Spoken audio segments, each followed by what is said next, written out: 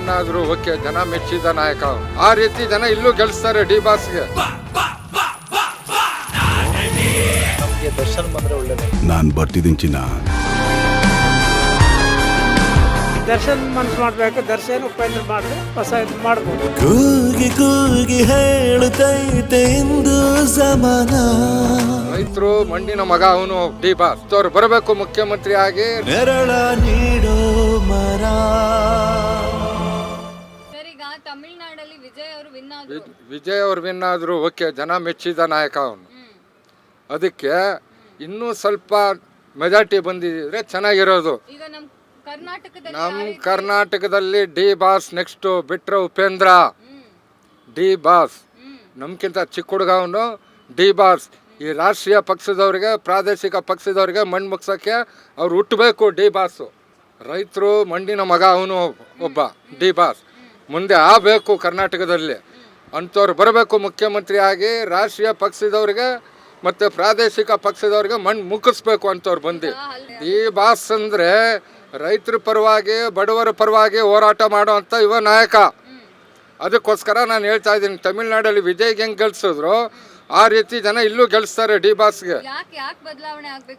ಯಾಕೆ ಬದಲಾವಣೆ ಅಂದರೆ ಈ ರಾಷ್ಟ್ರೀಯ ಪಕ್ಷಗಳಿಗೆ, ಪ್ರಾದೇಶಿಕ ಪಕ್ಷಗಳಿಗೆಲ್ಲ ಮತ ಕೊಟ್ಟು ಸಾಕಾಗೋಗ್ಬಿಟ್ಟಿದೆ. ಅವನು ಒಬ್ಬ ಯುವ ನಾಯಕ. ನೋಡೋಣ ಯಾವ ರೀತಿ ಇವನು ಜನ ಮೆಚ್ಚಾರಲ್ವ, ಜನಕ್ಕೆ ಏನು ಸೇವೆ ಸಲ್ಲಿಸ್ಬೋದು ಅನ್ನೋದು ಉದ್ದೇಶದಿಂದ ಅವ್ರನ್ನ ಮೆಚ್ತೀವಿ ನಾವು.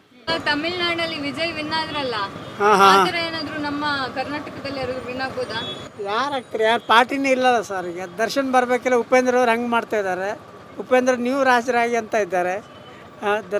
ಉಪೇಂದ್ರ ಉಪೇಂದ್ರ ಅವ್ರಿಗೆ ವಿಜಯಕ್ಕಿಂತ ಮೊದಲೇ ಆಗ್ತಾಯಿದ್ರು. ಆ ಥರ ಮಾಡಿದ್ರಿ ಉಪೇಂದ್ರ ಅವರು ಅಲ್ವಾ?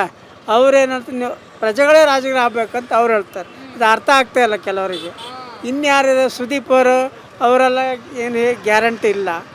ಇನ್ನು ದರ್ಶನ್ ಮನಸ್ಸು ಮಾಡಬೇಕು. ದರ್ಶನ್ ಉಪೇಂದ್ರ ಮಾಡಿದ್ರೆ ಹೊಸ ಇದು ಮಾಡ್ಬೋದು. ನಮಗೆ ವಿಜಯ್ ಅವರು ಏನಾಗಿದ್ದೇನಿಲ್ಲ ಅವ್ರಿಗೆ ಇಲ್ಲೂ ಹಂಗೆ ಕರ್ನಾಟಕದಲ್ಲೂ ಅದೇ ತರ ಆದ್ರೆ ಇನ್ನೂ ಬೆನಿಫಿಟ್ ಇರುತ್ತೆ ಅಂತ. ಕರ್ನಾಟಕದಲ್ಲಿ ಯಾರು ಬರ್ಬೇಕು ವಿಜಯ್ ಅವ್ರ? ನಮ್ಗೆ ದರ್ಶನ್ ಬಂದ್ರೆ ಒಳ್ಳೇದಕ್ಕ. ಅದೇ ದರ್ಶನ್ ಅಭಿಮಾನಿಗಳು ತುಂಬಾ ಜನ ಹೇಳ್ತಾ ಇದ್ದಾರೆ ದರ್ಶನ್ ಬಂದ್ರೆ ಒಳ್ಳೇದು. ಈಗ ಫ್ರೀ ಬಿಟ್ ಮೇಲೆ ಎಲ್ಲ ಆಟೋದವ್ರಿಗೆ, ಬಸ್ ಅವ್ರಿಗೆಲ್ಲ ಫುಲ್ ತೊಂದರೆ ಆಗಿದೆ. ಆ ತರ ಈಗ ದರ್ಶನ್ ಅವರು ಜೈಲಿಂದ ಹೊರಗಡೆ ಬರ್ತಾರೆ ಅಕ್ಕ. ಬಂದ್ರೆ ನೆಕ್ಸ್ಟ್ ಅವರೇ ಸಿಎಂ ಮಾಡೋದು. ಅವರೇ ಸಿಎಂ ಆಗ್ತಾರಾ? ಅವರನ್ನೇ ಮಾಡೋದು. ಎಲ್ಲಾರು ಅಷ್ಟೇ ಅಕ್ಕ. ಎಲ್ಲಾರು ಅದೇ ಮಾಡ್ಕೊಂಡು ಎಲ್ಲ ಅದೇ ತೀರ್ಮಾನ ತಗೊಂಡಿದ್ದಾರೆ. ನಮ್ದು ಅದೇ ಅಕ್ಕ. ಏನ್ ಬದಲಾವಣೆ ತರಬಹುದು ದರ್ಶನ್ ಅವರು? ಅಕ್ಕ ಇಲ್ಲಿ ಏನಿಲ್ಲ ಅಕ್ಕ, ಫಸ್ಟ್ ಫ್ರೀ ಪಾಸ್ ಎಲ್ಲ ಕ್ಯಾನ್ಸಲ್ ಮಾಡಬೇಕು. ಆಟೋದವ್ರಿಗೆ ಸ್ವಲ್ಪ ಬೆನಿಫಿಟ್ ಕೊಡಬೇಕು. ಸ್ವಲ್ಪ ರೋಡ್ಗಳಲ್ಲಿ BMTC ಅವ್ರದ್ದೆಲ್ಲ ಸ್ವಲ್ಪ ಜಯಿಸಿದೆ. ಈ ಮಧ್ಯ ರೋಡಲ್ಲಿ ನಿಲ್ಲಿಸ್ತಾರೆ, ಟ್ರಾಫಿಕ್ ಅವ್ರದಿಂದ ಜಯಿಸಿ.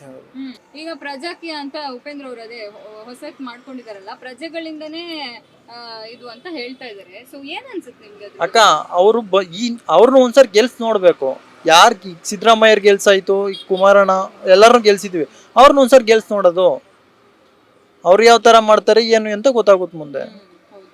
ಈಗ ಯಶೋನೇ ನಿಂತ್ಕೊಳ್ಳಿ, ಇಲ್ಲ ಉಪೇಂದ್ರ ಅವರೇ ನಿಂತ್ಕೊಳ್ಳಿ, ದರ್ಶನ್ ಆಲ್ಮೋಸ್ಟ್ ಅವ್ರವ್ರು ಯಾರಿಗೆ ಇಷ್ಟ ಇರುತ್ತೋ ಅವ್ರಿಗೆ ಆಗ್ತಾರೆ. ಯಾರು ಗೆಲ್ತಾರೋ ಅವ್ರ ಇಷ್ಟ. ಅದು ಅದಕ್ಕೆ ನಾವೇನು ಹೇಳಕ್ಕಾಗಲ್ಲ.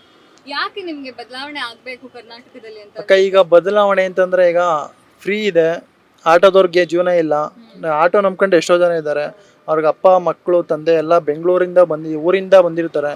ಇಲ್ಲಿರ್ತಾರೆ. ಇಲ್ಲೂ 500 ರೂಪಾಯಿ ಆಯ್ತದೆ, 600 ರೂಪಾಯಿ. ಅದ್ರಲ್ಲಿ ಗ್ಯಾಸ್ ರೈಟು ಜಾಸ್ತಿ, ಈಗ ಸಿಲಿಂಡ್ರು ಜಾಸ್ತಿ, ಸಕ್ಕರೆ ಜಾಸ್ತಿ, ಎಲ್ಲ ಪ್ರತಿಯೊಂದು ಜಾಸ್ತಿ ಆಗಿದೆ. ಅದರಿಂದ ಬದಲಾವಣೆ ಆಗ್ಬೇಕು.